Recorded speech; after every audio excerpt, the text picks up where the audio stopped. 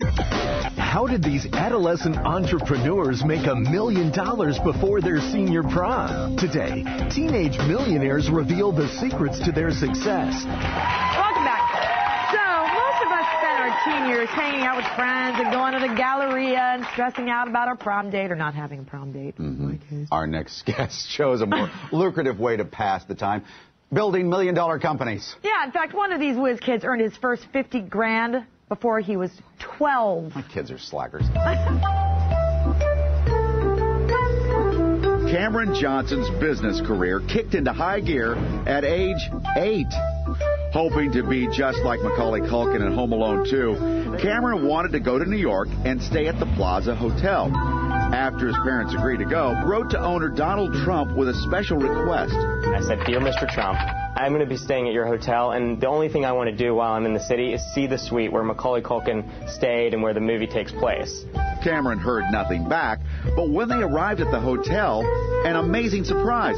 Trump had arranged for his family to stay in that Home Alone suite. I realized right then that I'm not going to be playing professional sports, I'm not going to be a singer, I'm going to be a businessman, and I want to be just like Mr. Trump. At 9, he launched an invitation printing business, making clients out of his parents' friends. The company was really small, and I was maybe doing 10 or 15 orders a month, a few $100s a month, but that was a lot of money to a 9-year-old. Next, he moved into the Beanie Baby business, buying and selling them on eBay.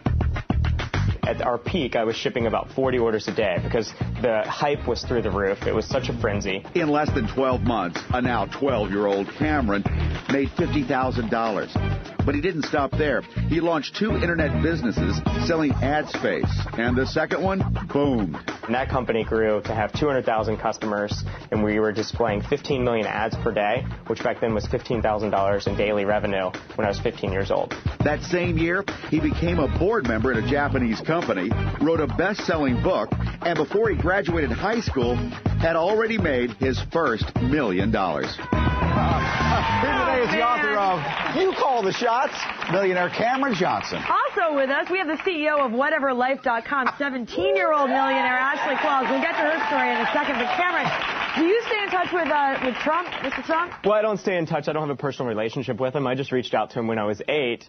And then it gets better. As kids do. I also reached out to him, though, a year and a half ago when I first wrote my book. Oh, yeah. And I sent him a manuscript, and he gave me a great testimonial for the back. He said 13 years ago, Cameron wrote to me because he wanted to, stay in the suite at my hotel. Now he's writing to me because he's written a terrific book, and that was really nice of him. Well, It's he on the back watches cover. the show, so I'm sure he'll be very proud of you. Good. I'm sure very proud. Well, hello. So you took your sister's Beanie Babies, and you ended up with 5,000 Beanie Babies before you threw in the basement of your parents' home. Was your sister mad at you? Well, at the time, I paid her $100 for them. And, well, $100 to a 6-year-old is like $1 million. Yeah. So, and since now she's 17, so I've paid her back the $900 plus interest. So by the age of 21 years old, you had how many businesses? I had 12 businesses before I turned 21. My Lord. Oh, boy. This makes you feel like a loser, doesn't it, Mike? Yeah. Well, we're going to find out the keys to your success you can pass along to other kids and all of us in just a second. But Ashley, wow. When did you start your $1 million project? I started it, I was 14, and it's called WhateverLife.com. And I actually created it just for fun, and it was... What is it exactly? You're designing web pages? Yeah, essentially. I mean, it's actually MySpace layouts and graphics, and you can actually go on the site, and it's all free, and you can learn how to build your own website. How many people a month get in touch with you to build a website? Well, there's on the site a day is about 100,000 to 250,000 different. My gosh! So you start with your friends. Will you paint my MySpace page? Basically, for me, that kind essentially, yeah. I mean, it was just my friends. They wanted me because I was always doing websites when I was 9. So.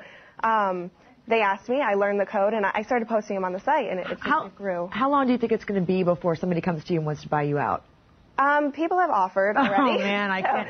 There's been a lot of offers, but it's so much fun to do it. I mean, it's a great thing to do when you find something you love. Hold on a second.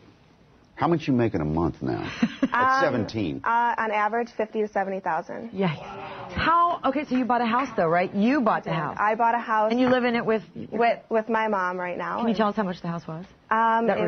It was about $250,000. Okay, so Cameron, do you have a house? I do. I bought my first house when I was 19, and I actually just sold it a couple weeks ago, thankfully, with this market, right under $400,000. $400,000. Yeah, nicely done. Yeah.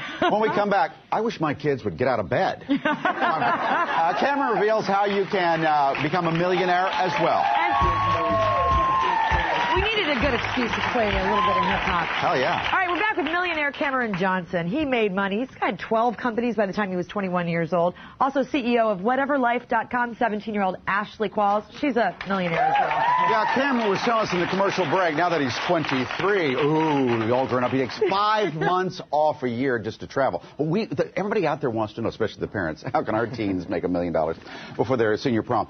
You just got to put yourself out there? Is that what it's about? Well, in my book, You Call the Shots, that's exactly what I talk about. That's the first chapter. But in that chapter, I tell the Donald Trump story. Because I was 8 years old, I put myself out there, but I didn't know any better. And I think that helped me be successful. Naivete helps? Naive help. The younger you do it, too, the cuter it is. Exactly. You know, so it works. I mean, it works. People are going to support you. They want to. Start small. Now, you're not talking about small like little child. You're talking about small. Exactly. Small goals. Exactly. I think one of the worst things you can do is take on a lot of debt. You know, let's look at Microsoft or Dell. They both started in dorm rooms. I started in a bedroom. How much did it cost you to? It cost me $8. I actually, and that's the funny thing. I mean, it's possible, you know, for anybody to do this. It's possible. I mean, you have to, if you have the passion, you have to go for it. And I think that's an important thing that Cameron and I were discussing earlier. And Cameron says in his book, you look close to home. You looked in your home. Literally in my home. Yeah, I mean, it's a home-based business. So I mean, I started it for fun, and I've been very blessed for it to become such a... What exactly do you mean, Cameron? Well, look close to home for great ideas. What I mean is don't try and think so far outside of the box.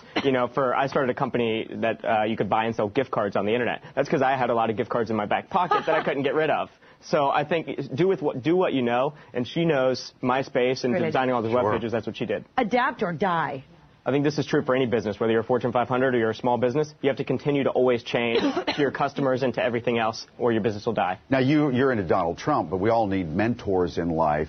If you can't meet somebody big and famous like that, what do you do?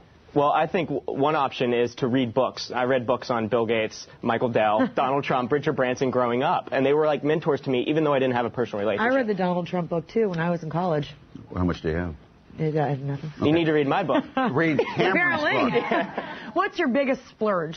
Biggest splurge, I bought a house at 19. You know, I bought a Mercedes when I was in high school, but I'm not really into flashy things, and that's something I'm proud of, is that I'm really humble. It's a dream, isn't he? You don't have Ferraris? Out there? No, I'm not into that. I would rather put my money away and save it and have it for later in life. Do you date anybody? Sometimes. But you're not married. No, totally. Okay. Yeah, and I think that's something that Cameron and I both share, is that we don't spend, you know, too much money. And I mean, we bought a house, you know, we each bought our own houses. And I don't even have a license. I don't drive, so I don't even have a car. You could be driving a nice, you know, BMW. Right, yeah, and that would be cool, but, you know, I put a lot more of my money back. You can at least park it in the driveway. She has a driver. Impressive. Thank you both very much. She could have a driver. You know who's here? You guys.